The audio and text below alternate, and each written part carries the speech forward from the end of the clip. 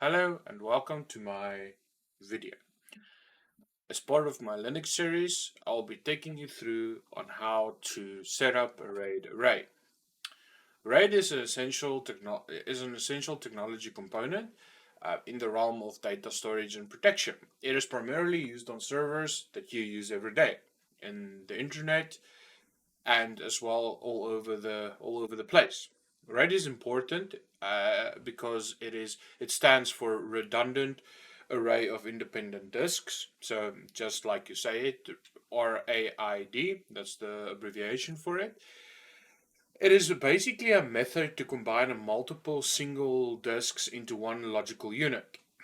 This is important because of the various dangers hard drives face in the world. Hard drives can become corrupt. The data can become corrupt. Thus, RAID is useful to protect it against data corruption, data loss, again, data protection in general. There are various RAID levels, and you would select this sort of redundant array, the redundant array that you want to set up based on your requirements, like performance, redundancy, and what the capacity is of your hard drives. Um, RAID 0, for instance, stripes data across multiple drives, increasing the performance, but it lacks redundancy. Meanwhile, RAID 1 mirrors the data across different hard drives, which then again, in turn, improves redundancy, but lacks overall performance. So it all depends on what you want to do. I'll be showing you how to practically set up this array. So I've got my Linux terminal open in front of me. I'll do a sudo apt um, update just for to make sure that my apt packages is updated and I can run it successfully. As you can see here, it's updating, and I'll be right back if it's done updating. And I'm back. As you can see here, all my dependencies and my packages was upgraded successfully. And I'm back. As you can see here, it's done installing um, all the different things. So first, I need to identify: do I have enough drives? So ideally, if you want to set up a RAID array, you would want to see that you have your arrays, or you have your drives set up. As you can see here, I have three hard drives, theoretically, um, in my Linux. For simplicity's sake, I have just made it small drives. This is a virtual machine, however, that I'm running. So just to clarify that, I am running this in a virtual machine, not on my bare metal.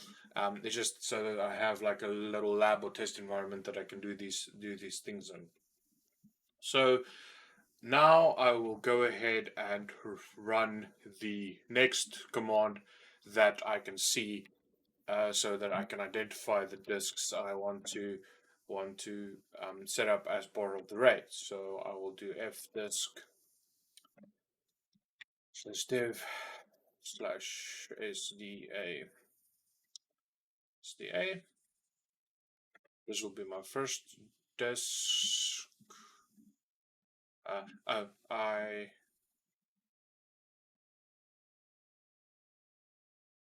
Yeah. So this is just currently used. Partitioning is probably a bad idea. This recommends to unmount all file systems, and swap off all swaps partitions on disks. So this is just so that I know that this is a dangerous idea. I can control C that to exit that, and then I will do the SB, which will be my second drive. That is, yeah. So as you can see here, disk 1 is already being used. It gave me a warning that I shouldn't do that.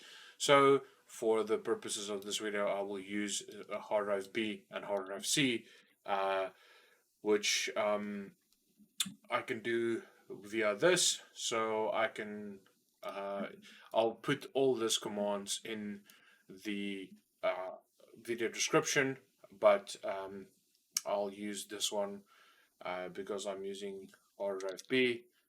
I would just want to do hard drive B instead of hard drive A, which is this one here, hard drive B, and then of course hard drive C, uh, which actually no, hard drive C wouldn't work.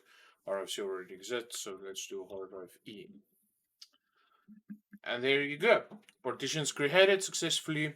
The reason why I said hard drive E is because, as I see with my list command here, I can see that I have I already have a hard drive C, so it will conflict via the names of the existing drives. So all I want to do here is Control C this. I can say yes, I really want to quit. So all unwritten changes will be lost. So as you guys can see, I didn't save it, but okay, actually, let me rerun this really quickly, um, and then I can rerun this command. Actually, I want to show you a practical example of how this works. I think that'll be the best idea to learn. So let's make this RFE1 again.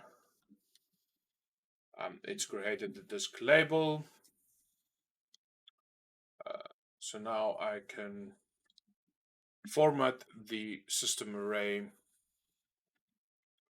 to have the full file system so that Linux can use it. As you can see, it swapped the whole disk around so that it can be seen by. So don't worry if you don't understand all the commands. It's fine.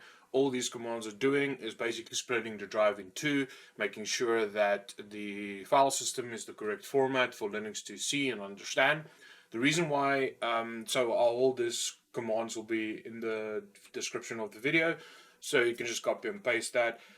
It's a bad idea to just copy and paste commands you don't understand in Linux, so please first look at it, see, understand it, understand what you need, and then you can understand that, and it should be fine. So now I want to create a mounting point for my drive, which I can do via this. So this will be a mounting point. As you can see, it's mounted correctly, and then I want to mount the array in my file system, or mount the whole array to one drive. As you can see, it's created the different arrays, so it automatically assigns the sizes. You can swap around these sizes here, and it also depends on what type of array you are referring to. So now in order for my array to persist through putting my PC on and off, I can run this command and it will now persist. I also want to install or update the inframes. So this is just a sudo update inframes u, which will ensure that my RAM and file system array is available during boot for booting purposes if I want to load an operating system on there or if I'm running an operating system. And then lastly, I can verify the RAID status by catting that. Position number 1 out of 3, default 3. You can see that I've split my one partition drive into 3. Short video on how exactly to do a array split or how to set up a RAID array in Linux.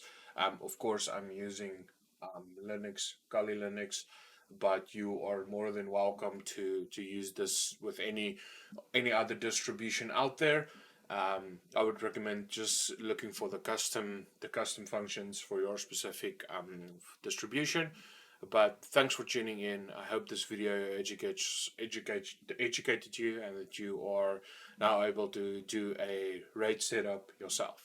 Thanks for watching. Thanks for listening, and I'll see you in the next one. Cheers.